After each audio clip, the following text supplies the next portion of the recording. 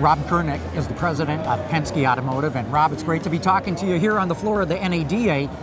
What's your view of what's going on? I gotta believe 2014 was a great year for Penske Automotive. Was it? And looking forward, what's 2015 look like for you? 2014 was a terrific year. It was a record 3 quarters. We haven't released our numbers yet, but a really outstanding year, both from a unit sale perspective and from a profitability perspective. So we're really happy with where the industry is and sort of some of the drivers in the economy that are excelling where the industry is. And we see not only here but also in Europe and the UK, where we have a big chunk of our business, we see some really exciting things happening in the industry which are similar to last year, such as vehicle innovation, credit availability, and a lot of enthusiasm, excitement, and aged car park.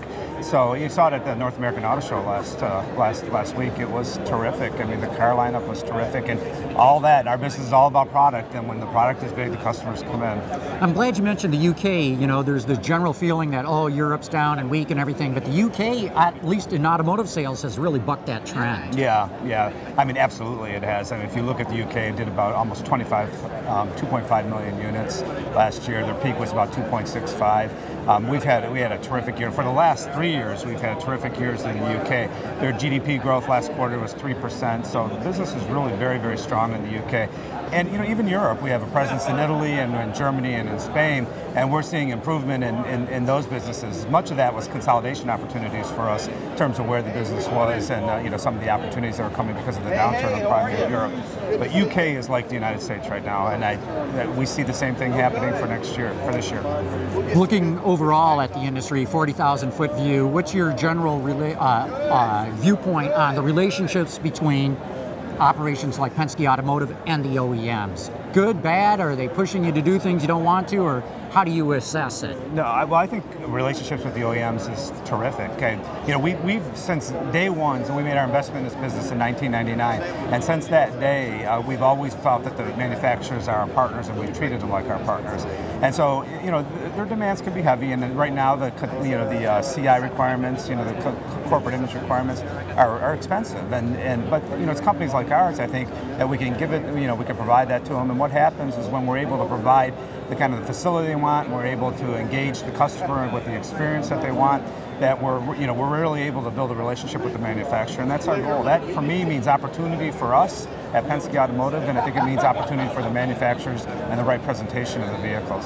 One of the topics I'm picking up on here at NADA is trying to shrink the amount of time it takes to buy a car. Yeah. We hear horror stories, which I almost can't believe that it can take up to 4 to 5 hours to buy a car, going through all the paperwork and everything, and trying to get that down to a more manageable level. What are you doing at Penske Automotive? Yeah, we're completely on top of that. I think I applaud AutoNation and coming out as from a kind of online buying experience. I don't think the industry's quite there yet.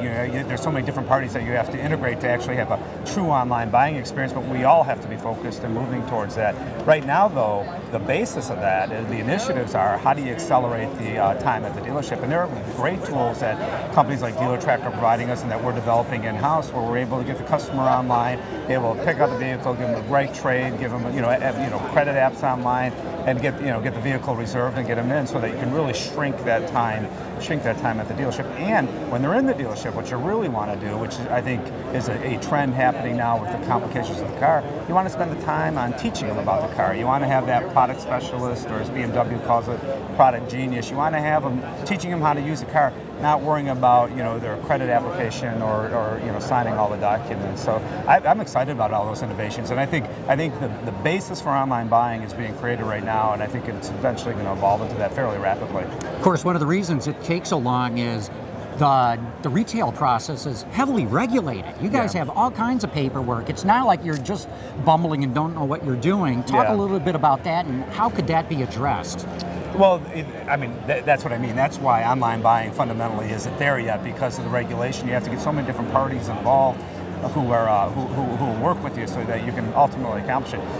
But there have been, over the course of the history of this business, there have been initiatives in place to help streamline that.